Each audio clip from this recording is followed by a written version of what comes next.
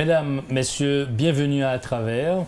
Pour cette émission, nous avons l'exceptionnel honneur d'avoir avec nous la peintre, la philosophe, l'écrivain, mais surtout la médiatrice et la conceptrice de programmes pour la paix, Madame Martine Libertino. Madame Libertino, merci de nous honorer par votre présence ici. Merci. Oui. Bonjour. Bonjour. Ce qu'on aimerait d'abord vous demander, Madame Libertino, c'est quand avez-vous pris conscience que vous avez une mission d'encourager la paix et la sagesse dans le monde? Vaste question.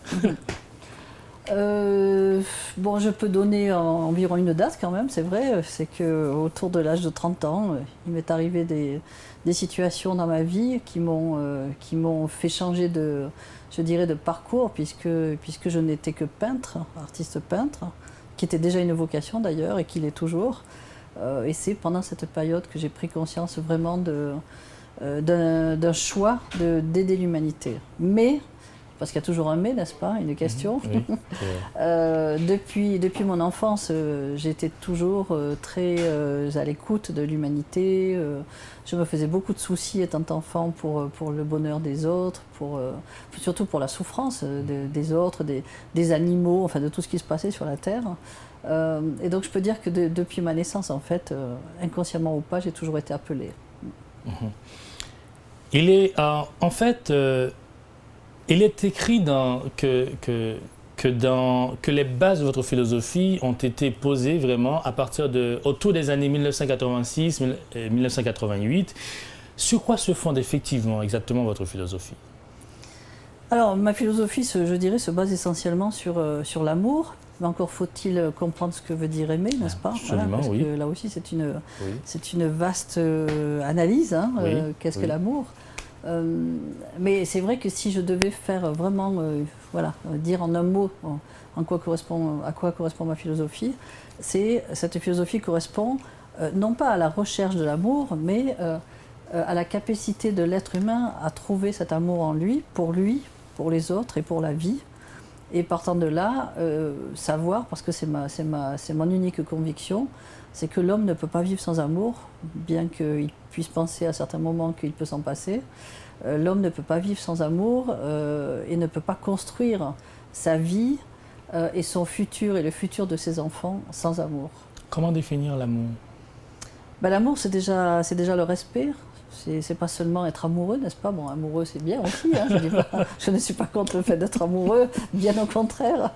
Mais c'est un des aspects, en fait, de l'amour. Alors que l'amour, c'est déjà respecter ses besoins, c'est se respecter soi-même, c'est respecter ce qui est autour de nous, c'est respecter les autres. Et c'est surtout prendre conscience de ce que nous sommes, de la complexité de l'être qui est en nous, prendre conscience de nos besoins et prendre conscience que lorsqu'on respecte nos besoins, on ne va jamais à l'encontre des besoins des autres. Dans votre réponse, vous dites prendre conscience de qui nous sommes. On se voit, c'est une grande question. C'est quoi l'homme ou qui est l'homme? En fait, qui sommes-nous d'après vous? Alors l'homme est une machine complexe et belle justement parce qu'elle est complexe.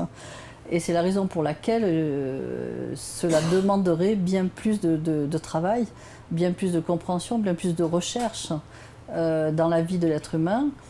Parce que justement, l'homme est avant tout une machine qui, si je puis dire, bon bien sûr c'est un symbole quand je dis que c'est une machine, mais on peut dire quand même que c'est une machine puisque il possède en lui deux êtres qui peuvent être antinomiques s'il n'en prend pas conscience, alors que ces deux êtres peuvent être complémentaires. Et il peut partir justement à la recherche de ces deux êtres pour comprendre tout ce fonctionnement, pour comprendre aussi ses réactions au quotidien, dans la vie de tous les jours. Pourquoi je me comporte comme ça? Pourquoi j'ai cette réaction instinctive face à une personne, face à la vie? Qu'est-ce qui se passe à l'intérieur de moi? Et cette recherche justement de cette complexité du fonctionnement humain permet de plus en plus de découvrir et de simplifier justement notre vision de nous-mêmes et de se rendre compte que nous sommes nos premiers gestionnaires, si je puis dire, de cette machine. Et à partir du moment où je la comprends, que je décide de l'améliorer, c'est à ce moment-là que je vais commencer à trouver le bonheur parce que je vais commencer à m'aimer. Voilà.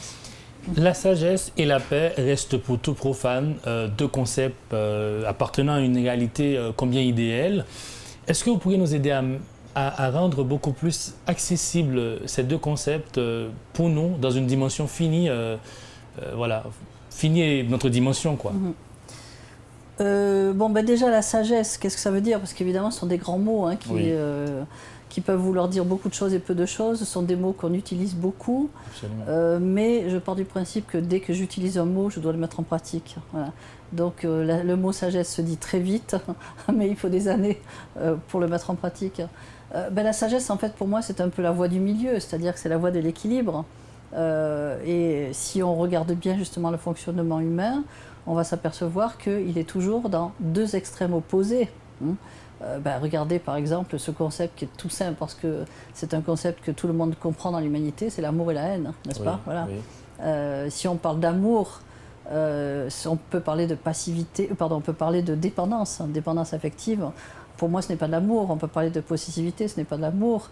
Ce sont des extrêmes, ce sont des interprétations de l'amour. Et ces extrêmes, justement, vont amener une personne à l'opposé, à l'extrême opposé, qui sera la haine, le rejet de l'autre. La sagesse, c'est ce qui se situe justement entre ces deux extrêmes, qui est je m'aime et j'aime l'autre. Et le fait d'aimer l'autre ne veut pas dire que je vais me sacrifier pour lui. Et le fait de m'aimer ne veut pas dire que je vais être indifférent aux besoins de l'autre. Voilà. Et la sagesse, c'est toujours trouver cet équilibre entre ce que j'éprouve et entre ce dont l'autre a besoin et ce dont j'ai besoin. En fait, c'est ça la sagesse. Mais encore une fois, on peut en parler pendant des heures parce que la sagesse est un mot que nous devrions mettre en pratique à chaque seconde de notre vie, ce qui demande évidemment un travail. Un travail. Et la paix? Et pour la paix? Comment alors la paix, pour moi, n'est que la conséquence de la sagesse. Oh là là. C'est pour ça que je définis toujours la sagesse et la paix, et non pas la paix et la sagesse. Parce que la paix n'est qu'une conséquence. C'est un symptôme, la paix. Un symptôme du bonheur de l'être humain, un symptôme du respect de l'être humain pour lui-même et pour les autres, et un symptôme évidemment de cet équilibre entre les forces, parce qu'il ne faut pas rejeter la force, au contraire, nous avons besoin de cette force dans notre société, mais en même temps, cette force ne doit pas nous rendre combatifs, elle doit nous rendre déterminés. Ici en Haïti, on est habitué à se battre contre beaucoup de choses, à manifester contre quelque chose ou une personnalité, à dire non à une personne, non à peut-être à une institution. On n'est pas toujours on se bat pas toujours pour quelque chose. Ça arrive. Dans votre philosophie, il est surtout, vous appelez surtout les gens à se battre pour quelque chose, c'est bien ça, non? Alors, bon déjà, si ça peut vous rassurer, c'est pas seulement en Haïti. Hein. Vous pouvez aller sur tous les continents. C'est vrai. Ce sont des formules que tous les êtres humains, partout, dans toutes les cultures, vont utiliser. D'ailleurs, on dit « je vais me battre pour des idées ». Oui. Voilà. Alors, par rapport à votre question, c'est vrai qu'il y a plusieurs paliers. Le premier palier, c'est prendre conscience que se battre contre nous conduit à être en réalité dans une situation de vulnérabilité, parce que si je me bats contre, ça veut dire que j'ai de la colère. Si j'ai de la colère, ça veut dire que j'ai de la peur, et ça veut dire que je me mets dans une situation de conflit. Donc si je me mets dans une situation de conflit, je vais attirer le conflit, l'agression en face de moi. Donc prendre conscience qu'on ne doit pas se battre contre, c'est déjà bien. Mais on peut prendre également conscience que se battre pour n'est pas non plus positif, dans ce sens qu'on continue toujours à se battre. Vous voyez ? Voilà. Alors c'est le combat qu'il faut écarter. Alors voilà, exactement. Dans ma philosophie, n'est pas de combattre, elle est d'agir pour. C'est différent. Voilà. Et de faire en sorte de faire confiance en ses capacités, de faire confiance en la vie et de visualiser ce que je veux parce que j'y crois et de prendre conscience du pouvoir qui m'anime, qui vont me faire créer ce que je souhaite, vous voyez, ce que je veux en fait. Donc il faut vouloir, mais ne pas combattre. Parce que si je combats même pour, je me fatigue et j'épuise mes forces. Si je veux, au nom de mon pouvoir et au nom de mon libre arbitre, je ne fais que créer ce que, peu importe quand ni comment, mais je vais créer ce que je veux parce que je l'ai décidé. Là intervient une question qui... Comment vraiment parvenir à avoir cette vision du monde en sachant que nous avons été éduqués d'une certaine façon on nous a appris que la vie est un combat, qu'on s'était mis à se battre, à combattre, à se battre tout le temps. Est-ce qu'on peut vraiment parvenir à voir la vie comme vous dites là et vivre ainsi? Alors, vous voyez, bon, je trouve intéressant votre question parce que vous me parlez d'éducation. Vous me dites, on nous a éduqués de cette manière-là. Bon, je peux dire qu'il y a deux réponses à cela.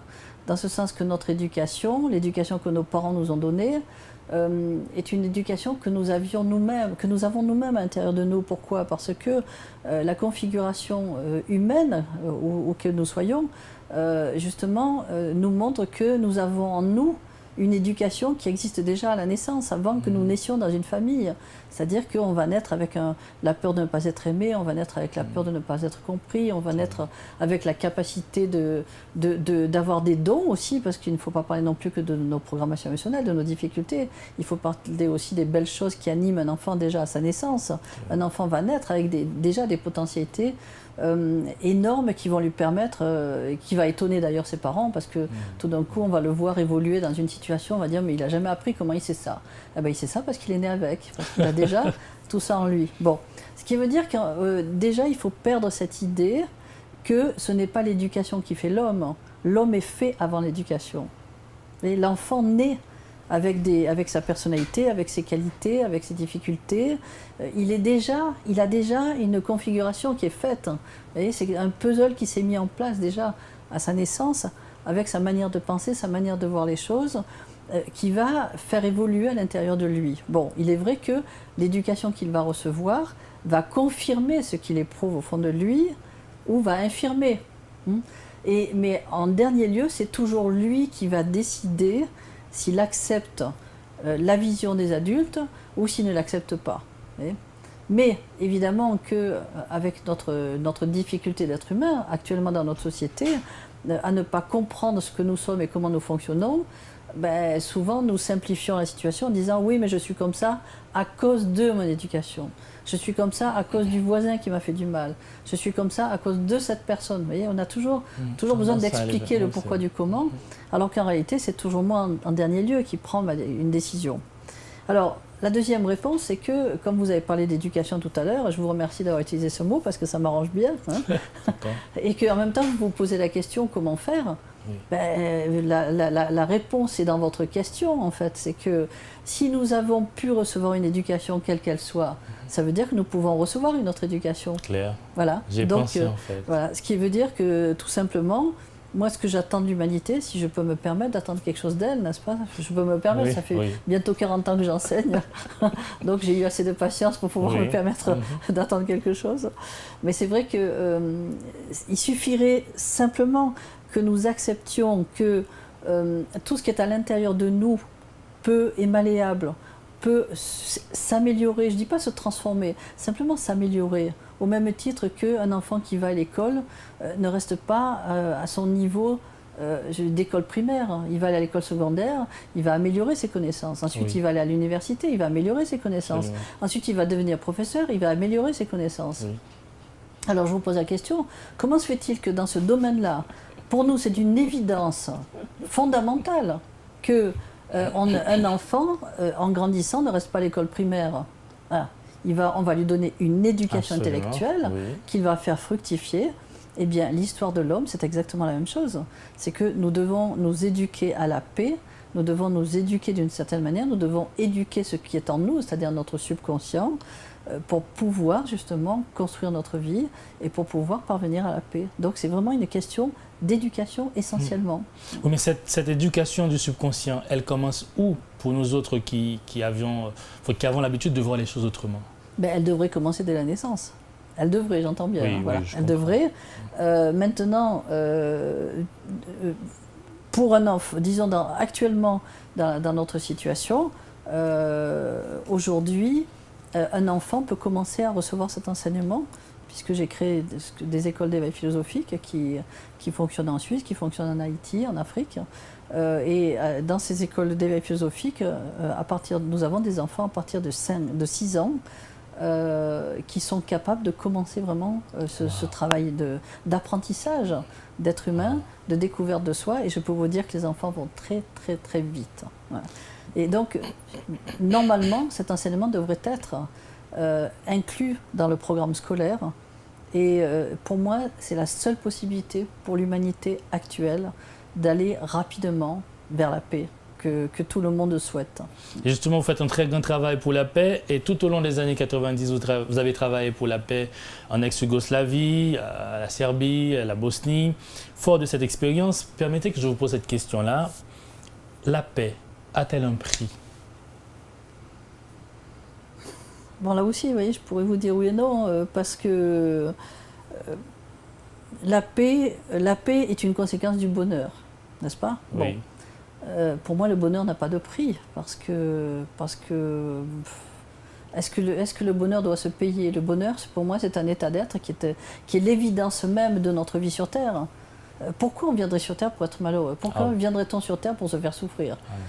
Pour moi, c'est une aberration, cette histoire. Voyez, certaines personnes parlent du karma, vous y croyez?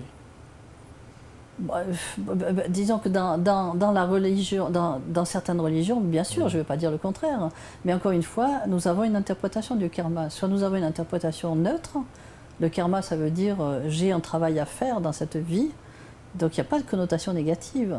Et certaines personnes vont y mettre une connotation négative. Aïe, aïe, aïe, il m'arrive cette histoire, ça doit être mon karma. Voilà. Donc ça veut dire qu'en fait, toutes les problèmes qui m'arrivent, toutes les épreuves qui m'arrivent, c'est parce que je le mérite, je dois être puni, voyez.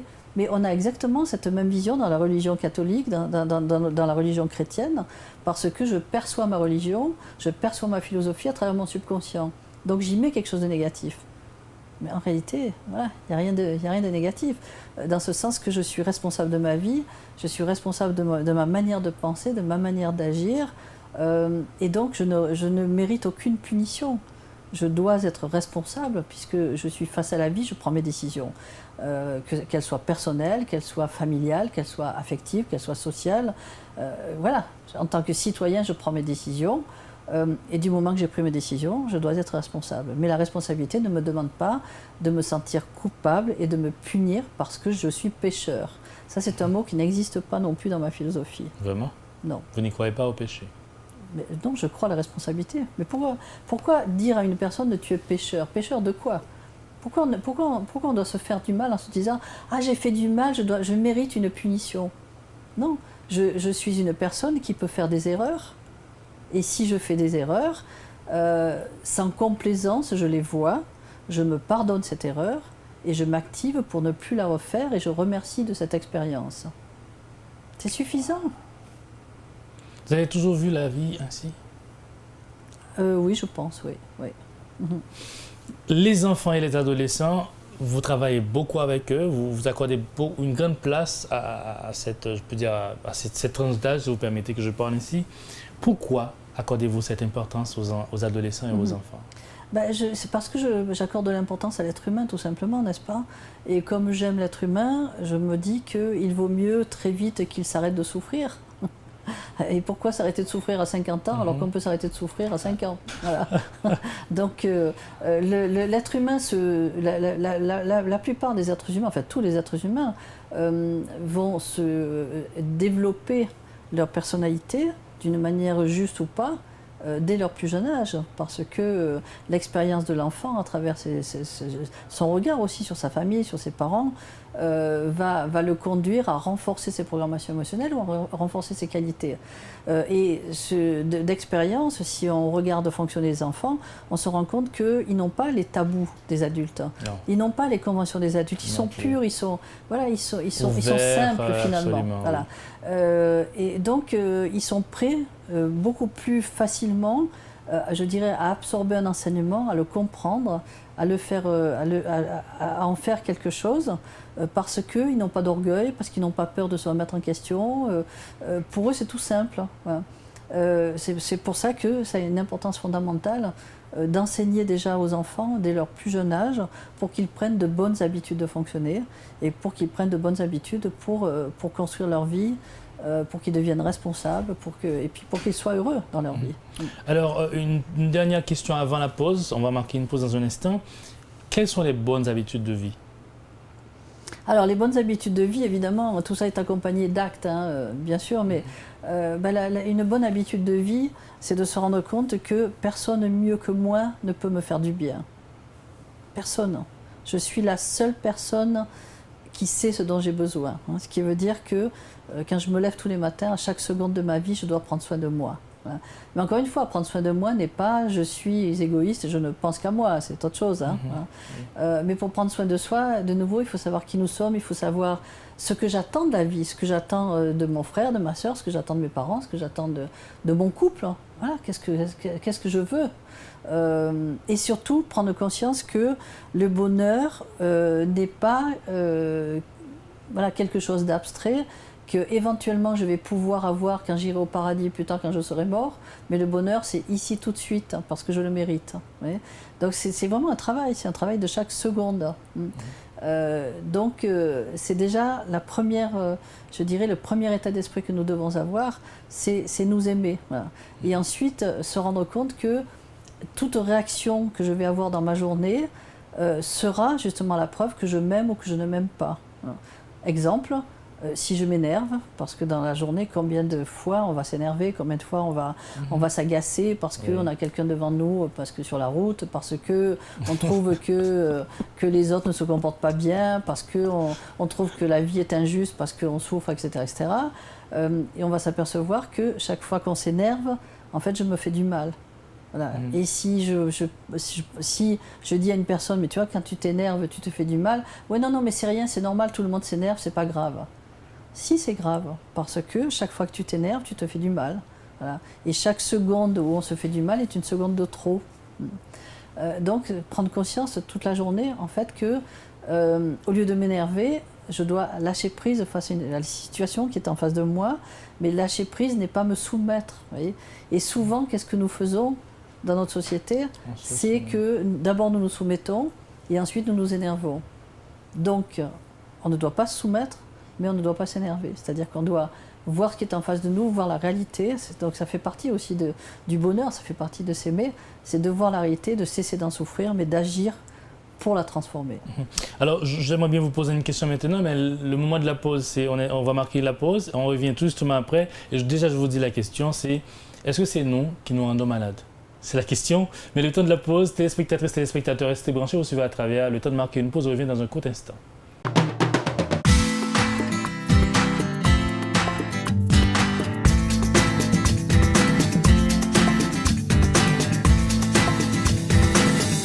Vous suivez à travers sur la télévision Pacifique et notre invitée aujourd'hui est la philosophe Madame Martine Libertino. Avant la pause, on parlait j'avais lancé la question, c'est est-ce que c'est nous qui nous rendons malades? Bon, peut-être que ça va choquer certaines personnes, mais je vais vous dire oui, dans ce sens que ça ne veut pas dire que je vais décider que demain je vais être enrhumé, vous voyez, c'est pas, encore une fois, l'être humain est plus complexe que cela, mais il faut partir du principe que l'être humain, en fait, est composé d'un corps, ça tout le monde le sait, puisque c'est visible, mais nous sommes, nous avons un corps, mais nous avons aussi ce qu'on peut appeler une âme, un esprit, etc. Ce qui veut dire qu'à l'intérieur de cette âme, il y a tout ce que je véhicule avec moi, de mes émotions, de mes sentiments, de mon intuition aussi, de tout ce que je perçois, de tout ce que je ressens. En fait, notre corps est la conséquence, d'une certaine manière, de cette âme. Et cette âme émet aussi ce qu'on appelle des énergies, et la science reconnaît aujourd'hui d'ailleurs que nous fonctionnons de cette manière-là, dans ce sens que notre corps énergétique fait fonctionner correctement ce que nous appelons les glandes dans notre corps, et ce sont les glandes qui vont faire fonctionner nos organes. Bon. Donc partant de cette évolution dans notre corps, si un matin je me lève en étant de mauvaise humeur, en ayant des soucis, parce que voilà, je vis des épreuves que je n'accepte pas, je vais bloquer en fait tout le système circulatoire. D'ailleurs, le système circulatoire donc de notre corps correspond au système circulatoire de notre énergie. Donc à partir du moment où je vais me faire des soucis, où je vais être mal parce que j'aurai des émotions, je vais bloquer le fonctionnement de mes glandes qui elles-mêmes vont bloquer le fonctionnement de mes organes. Et au bout de 3 jours, comme par hasard, je vais me retrouver au lit avec une grippe sans comprendre pourquoi. Vous voyez, voilà. Donc en fait c'est le cheminement de mon fonctionnement émotionnel que je ne perçois pas, puisqu'on ne nous apprend pas tout cela, qui va me conduire à la maladie ou à une maladie plus grave. Par exemple, le cancer est une maladie d'inhibition. C'est qu'à force de garder des choses à l'intérieur de soi pendant des années, une personne va créer un terrain propice en fait à la maladie et va affaiblir son système immunitaire. Voilà. Donc c'est dans ce sens-là que je peux dire que l'être humain crée ses maladies. Voilà. Vous avez parlé d'acceptation. Bon, vous avez dit une situation qu'on est en train de vivre mais qu'on n'arrive pas à accepter. Oui. Est-ce qu'il faut accepter toutes les situations? Tout dépend de ce qu'on appelle accepter, n'est-ce pas? Oui, Donc il faut bien faire attention à ce que nous disons, dans ce sens que je ne prône pas la soumission, absolument pas. Accepter, cela veut dire ne pas souffrir d'une situation et ne pas se révolter contre une situation que nous voyons en face de nous qui existe. Donc à partir du moment où elle existe, je ne peux pas la supprimer, elle est là, vous voyez. Alors j'ai deux solutions, ou même trois solutions. Soit je me mets en colère parce qu'elle est là, soit je la fuis, je fais comme si elle n'existait pas, soit je la vois, je l'accepte. Bon, si je prends les deux premières solutions, je la fuis, je vais en apparence m'imaginer qu'elle ne me fait pas souffrir, mais en fait elle va me faire souffrir quand même. Et je vais avoir la conséquence quelque temps après, parce que je me serai un peu anesthésiée, n'est-ce pas, sur le moment, mais la souffrance sera là quand même. Si je me mets en colère, c'est vrai que la réaction sera plus voyante, parce que je vais me fâcher, je vais créer un conflit, et la colère que je vais avoir à l'intérieur de moi, qui sera un effet de ma frustration, va me rendre malade, va me faire du mal aussi. Donc, dans ces deux cas, en fait, sans me rendre compte, je vais être négatif et je vais me faire du mal. Peut-être je vais faire du mal aux autres aussi. Si je fais preuve de lâcher prise, c'est pour ça que je préfère parler plutôt de lâcher prise que d'acceptation, ça veut dire que je vais accepter de voir une situation que pour le moment je ne peux pas changer. Le fait de lâcher prise et de la regarder veut dire que je vais voir les avantages, les inconvénients de cette situation, je vais voir tous les dangers qui sont en face de moi. Donc ça me rend beaucoup plus fort, n'est-ce pas? Et ça me rend beaucoup plus neutre, beaucoup plus capable de savoir quel choix je vais devoir prendre pour justement soit assumer la situation, soit me retirer de cette situation, soit me protéger de cette situation, parce que j'ai l'esprit clair en fait. Voilà. Ce qui veut dire que mes émotions vont m'empêcher de voir la situation et de prendre une véritable décision qui va me protéger, qui va m'aider, ou qui va protéger l'autre, alors que la fuite ou la colère vont m'empêcher justement d'être réaliste et de voir la situation. Donc lâcher prise n'est pas se soumettre. Lâcher prise, c'est accepter pour agir mieux, pour supprimer une situation. Merci, parce que là, vraiment, s'il fallait peut-être éclairer ça un peu. Sauver notre société, utopie ou réalité est le titre d'un ouvrage que vous avez publié en 2009. Un ouvrage qui symbolise en quelque sorte une boîte de propositions pour une meilleure société. Comment parvenir à une meilleure société haïtienne, là, partant de quelques propositions que vous avez faites dans l'ouvrage. Bon, déjà, il faudrait se poser cette question. Est-ce que déjà cette question est utile aujourd'hui à notre société? Est-ce qu'elle ne l'est pas? Est-ce qu'elle est utopique ou elle ne l'est pas? Déjà, la question elle-même. Parce que j'entends souvent les gens dire « mais l'homme est ainsi fait, il y aura toujours des guerres, il y aura toujours des souffrances ». Alors, où on baisse les bras et on décide de continuer comme ça, et on décide que nos enfants vont de plus en plus souffrir, et que nous allons leur laisser une terre exempte, donc, et au niveau de chaque pays, parce que ce n'est pas seulement Haïti, c'est partout que nous devons changer les choses, en attendant un hypothétique Dieu qui va décider pour nous comment faire des miracles, ou alors nous décidons de faire les miracles nous-mêmes parce que tout cela est inacceptable. Moi, en fait, c'est ma vision des choses, c'est que pour moi, ce n'est pas utopique de changer notre société parce que nous n'avons plus le choix. Voilà. Et que je peux parler pour Haïti, je peux parler du monde, nous devons aujourd'hui agir. Alors maintenant, il y a deux solutions. Soit nous décidons de continuer à demander à nos gouvernements d'agir pour nous, aux institutions d'agir pour nous, soit nous rendons compte que maintenant il faut arrêter de rêver, parce que finalement c'est rêver, d'attendre toujours que les autres agissent pour nous, ou il faut s'arrêter, se poser la question, mais au fond, ai-je le pouvoir de faire quelque chose ou non? Il faut répondre à cette question, voyez, parce qu'aujourd'hui, Dieu merci, beaucoup de gens se posent des questions, beaucoup de gens en ont marre de souffrir. Ils ne veulent plus une société comme celle-là, mais ils continuent à attendre toujours que nos institutions les sauvent. Et c'est là où je dis arrêtez, nous pouvons nous-mêmes nous sauver, nous n'avons plus besoin des institutions, nous n'avons plus besoin de nos gouvernements. De toute façon, si nos gouvernements pouvaient nous sauver, ils nous auraient déjà donné la preuve qu'ils pouvaient le faire. Alors qu'est-ce qu'on attend, qu'est-ce qu'on fait, voyez ? Donc sauver notre société, c'est décider de se sauver nous-mêmes à titre individuel pour regarder en tant que citoyen notre pays, regarder qu'est-ce qui freine. Vous avez parlé de Haïti, n'est-ce pas ? Bon, c'est pour ça que je suis ici. C'est tout le travail que nous faisons avec la communauté des médiateurs pour la paix, c'est de se rendre compte, parce que chaque pays, en fait, on peut considérer que chaque pays a une personnalité, avec ses qualités, avec ses difficultés émotionnelles. Et pour sauver un pays, il faut que ce pays se rende compte de ses programmations émotionnelles pour qu'il puisse s'en défaire, pour qu'il puisse s'en débarrasser. Et c'est exactement le travail que nous faisons aujourd'hui ici avec la communauté de médiateurs qui sont formés pour aider la population, pour que nous puissions nous rendre compte, pour que la population puisse se rendre compte en fait de ce qui la freine. Vous voyez, pas de s'occuper de ce qui freine le gouvernement. Bon, bah, si le gouvernement veut nous suivre, tant mieux, hein. On est très heureux de l'accueillir avec nous, mais moi je prétends que même au niveau du gouvernement, un homme est un homme et il doit aussi faire un travail sur lui. Voilà. Bon. Quand les gouvernements comprendront ça, je pense qu'on pourra avancer plus vite. Aujourd'hui, le but, c'est pas de convaincre les autres, c'est de décider de balayer devant notre porte. Et les citoyens ont les moyens de le faire. Mais ça veut dire que chacun doit prendre conscience de sa peur, de sa passivité, de sa colère, de son impression qu'il n'est pas capable, de l'impression que... Vous voyez, il y a une phrase qui revient toujours, que j'entends tout le temps, là je parle de Haïti, hein, c'est notre pays est maudit. C'est violent, je trouve, c'est dur. Voilà. Et je dis toujours, mais arrêtez de parler comme ça de votre pays.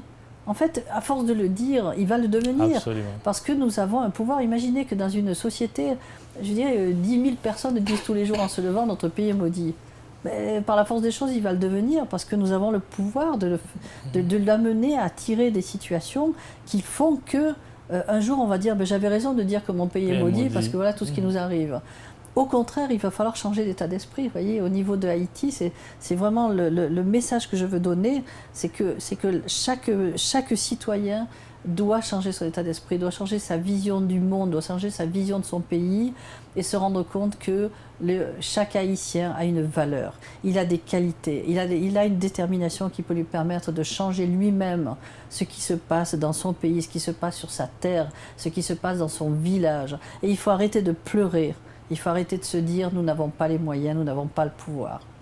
Nous avons le pouvoir.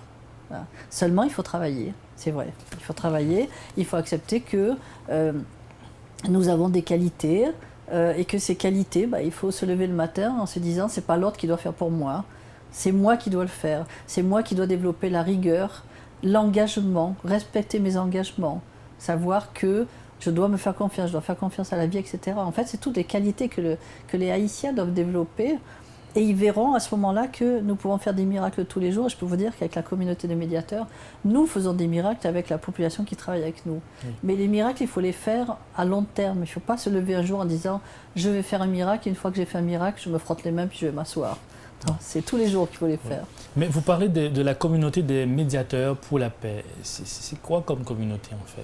Alors la communauté des médiateurs pour la paix, en fait, est un groupe de personnes qui s'est constitué en 2011, si je me souviens bien. Je crois que c'est la première année où je suis venue en Haïti. Et donc, ce sont des personnes, des Haïtiennes évidemment, avec lesquelles je travaille, qui ont déjà elles-mêmes pris conscience de ce qu'elles devaient changer à l'intérieur d'elles, de leur vision de la vie, leur vision de leur pays, leur vision de leur vie personnelle aussi, et qui sont devenues formatrices elles-mêmes pour aider la population à créer des programmes pour la paix. Mais ce qui est important, si vous voulez, dans notre travail, c'est que nous ne commençons aucun programme auprès de la population sans que la population elle-même n'ait pris conscience du travail qu'elle devait faire déjà à l'intérieur d'elle-même. Parce que mettre un programme en place, faire de l'agriculture, apprendre un métier tout en se détestant, ça ne sert à rien. Voilà. Donc le travail de fond justement que fait cette communauté de médiateurs pour la paix, que je suis depuis plusieurs années, puisque je vis en Haïti 3 fois par année. Et nous travaillons, déjà nous avons travaillé avec des milliers de personnes donc, en Haïti, et nous continuons à travailler. Et vraiment un travail qui permet à la population, je dirais, de se réconcilier avec elle-même. Le but, ce n'est pas de se réconcilier avec sa communauté, avec son gouvernement. C'est d'abord de se réconcilier avec soi-même, de se rendre compte de toutes les capacités que j'ai, de se rendre compte aussi que je dois m'aimer, que je dois être solidaire, parce que si je ne m'aime pas, de toute façon, je ne vais pas être solidaire non plus. Et de se rendre compte qu'ensemble, on peut faire vraiment des choses extraordinaires. Oui. En fait, avant, j'avais oublié de souligner que vous êtes également conférencière. D'ailleurs, le 4 octobre 2017, vous êtes là avec nous. Vous animez une conférence débat autour du thème « L'amour peut-il sauver Haïti ?» avec comme sous-thème « Vivre dans l'amour est-il un sacrifice ?» Pourriez-vous nous en dire plus? Pourquoi ce thème? Voilà, c'est quoi l'amour? On en avait déjà parlé, bien sûr. Quel rapport entre l'amour et le sens du sacrifice? Et puis, à qui est destinée cette conférence qui sera présentée là le 4 octobre prochain à l'hôtel El Rancho à Pétionville? Alors, en fait, ce n'est pas moi qui ai choisi le thème. Ce sont justement les personnes avec lesquelles je travaille. C'est la communauté de médiateurs elle-même qui a choisi ce thème, parce qu'elle estime que c'est un sujet qui est très important aujourd'hui pour Haïti, et je suis d'accord d'ailleurs avec ce thème-là, parce qu'en fait c'est la base même de la vie, de la vie sur Terre et de la vie en Haïti, et je pense que très sincèrement que le peuple haïtien a un besoin vraiment de se réconcilier avec lui-même, de se rendre compte de sa valeur, de se rendre compte du pouvoir qu'il a, de sa capacité de s'en sortir, parce que c'est vrai que j'entends beaucoup parler en Haïti de l'amour de Haïti, n'est-ce pas? Mais en même temps, il y a cette espèce je dirais, de contradiction, à savoir que j'adore mon pays, j'adore ma terre, mais je me déteste, parce que je ne vaux rien, parce que, voilà. Et j'entends souvent les Haïtiens se dire du mal d'eux-mêmes. Et un Haïtien qui veut sauver sa terre et qui veut sauver son pays va devoir passer par le chemin, par le début en fait du chemin, c'est qu'il doit d'abord apprendre à s'aimer, il doit d'abord apprendre à comprendre sa valeur, à comprendre les qualités qu'il a, qui va lui permettre de s'en sortir, de pouvoir se nourrir, de pouvoir trouver des solutions pour sauver son pays, mais d'abord pour se sauver lui-même. Et en fait, le but de cette conférence, c'est de pouvoir analyser tout cela et de pouvoir en parler. Voilà. Alors, c'est une conférence qui est ouverte à tout le monde? C'est un débat qui est ouvert à tout le monde, oui. Et j'espère que nous aurons beaucoup de monde qui viendront participer, puisque c'est un débat. Et le but, c'est de justement pouvoir partager avec le public. Voilà. Quelle est la place des émotions dans la construction, le développement même d'un pays? Je dirais que mon vœu le plus grand serait qu'il n'y ait plus de place aux émotions. Voilà. Comme ce n'est pas le cas, nous n'allons pas les rejeter, nous allons faire avec. Mais disons que pour construire une société, nous devons laisser la place aux sentiments et non pas aux émotions. C'est vrai que c'est un très long débat et c'est difficile de vous expliquer tout ça pendant cette... La place aux sentiments et pas aux émotions. Voilà, et je fais une différence fondamentale justement dans ma philosophie entre le sentiment et l'émotion. Je peux vous donner un exemple. Le sentiment, si on prend le cas de l'amour, puisqu'on a parlé de l'amour, l'amour est un sentiment. Je dirais même encore plus, c'est un état d'être. Mais bon, voilà. Appelons l'amour un sentiment. Maintenant, chaque être humain a la possibilité d'interpréter cette notion de l'amour, puisque, vous voyez, on revient à l'histoire de l'éducation. Comme on n'explique pas aux enfants ce qu'est l'amour, ils ont tout loisir d'interpréter cette notion. Ce qui veut dire que je peux interpréter l'amour comme la dépendance affective ou la possessivité. Alors, pour bien illustrer ce que je viens de vous dire, l'amour étant un sentiment, la possessivité et la dépendance affective sont des émotions. Ce sont des interprétations émotionnelles de l'amour. Si j'éprouve de l'amour pour quelqu'un, je ne vais pas me perdre. Voilà, parce que je vais l'aimer, mais tout en prenant soin de moi. Si j'éprouve de la possessivité pour une personne, je vais lui faire du mal et je vais me perdre. Si j'éprouve de la dépendance affective pour une personne, je vais me perdre et je vais lui faire du mal. Vous voyez, on est dans deux sens inverses, mais le résultat sera toujours le même. Vous voyez. Donc, la question est celle-ci. Nous avons en nous un subconscient qui fait que, effectivement, nous sommes soumis à nos émotions. Mais notre travail, c'est justement d'éduquer ce subconscient pour ne plus être soumis à ses émotions, pour pouvoir s'en libérer. Vous voyez. Donc, nous ne devons pas laisser la place dans notre société aux émotions, mais aux sentiments. Super. Alors, quel genre d'éducation nous faudrait-il pour une société de réussite? Ben justement, la première éducation dont nous avons besoin, c'est de comprendre le fonctionnement de l'être humain. C'est ça, vous voyez, dans ce sens que toute théorie ne sert à rien si nous ne savons pas comment fonctionne la machine. Je veux dire, dans n'importe quelle société, je veux dire, au niveau de la technologie, la première chose qu'on va apprendre à un apprenti, c'est à démonter une machine pour pouvoir la remonter. Absolument. Voilà, ben, l'être humain, c'est pareil, c'est que nous devons savoir comment fonctionne cette machine si belle qui est à l'intérieur de nous pour pouvoir la démonter et la remonter. C'est ce que j'appelle la déprogrammation émotionnelle, pour se reprogrammer d'une manière juste, pour pouvoir comprendre nos sentiments, pour pouvoir exprimer nos sentiments et pour pouvoir justement laisser la place à ces sentiments pour pouvoir les exprimer, les partager, mais sans que ça se transforme justement en émotion.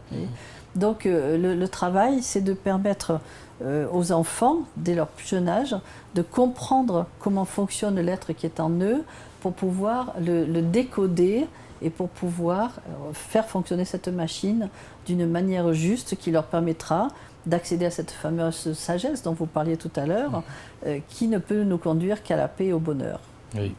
Alors voilà, c'est quasiment la fin de l'émission, mais avant, un mot spécial pour les téléspectatrices et téléspectateurs qui regardent à travers maintenant et qui également, je suis presque certain, qui vont participer à la conférence du 4 octobre prochain. Ben, le mot spécial, puisque nous sommes en Haïti, serait que j'aimerais que chaque Haïtien prenne conscience de la beauté, non pas seulement de leur pays, de son pays, mais de la beauté de chaque être qu'ils sont, et qu'ils se rendent compte qu'il n'y a pas seulement des problèmes en Haïti, il y en a partout, et qu'il n'est pas seulement lui, je dirais, porteur de tous les malheurs et de toutes les laideurs humaines, mais qu'il a autant de beauté que n'importe quel être humain sur la Terre. Et je crois que c'était vraiment un message qui est important pour chaque Haïtien aujourd'hui. Oui. Merci infiniment à Madame Libertino. Une nouvelle fois, vraiment merci d'avoir partagé votre temps avec nous. Je trouve un temps très précieux. Et merci d'être là avec nous, franchement, en Haïti. Merci à vous. C'était un plaisir. Oui. En fait, c'est ici la fin d'À travers, mais avant de conclure totalement, n'oubliez pas, le mercredi 4 octobre, à partir de 6h de l'après-midi, à l'hôtel El Rancho, à Pétionville, il y a à la salle Épicure, il y a cette conférence un débat ouvert à tout le monde, franchement, à partir de 6h, je l'ai déjà dit. Et puis, vous pouvez également envoyer des messages pour plus d'informations à l'adresse électronique suivante, centre Martine Libertino @gmail.com, centre CENTRE, Martine MARTINE, Libertino LIBERTINO @gmail.com, ou vous pouvez également appeler au 37 26 78 68. N'oubliez pas, mercredi, oui. Est-ce que je pourrais juste ajouter quelque chose d'important? C'est que l'entrée de la conférence sera payante. Mais cet argent servira pour mettre des programmes en place donc en Haïti. Voilà, l'entrée sera payante, mais l'argent servira à mettre des programmes de paix. Alors des programmes pour une meilleure société, des programmes pour la paix en Haïti. Et pour les populations défavorisées. Défavorisées, voilà. C'est ici la fin d'À travers pour aujourd'hui. Merci de l'avoir suivi. Je vous invite à rester branché à la télévision Pacifique pour la suite de la programmation. Au revoir. Merci beaucoup. Merci. On va rester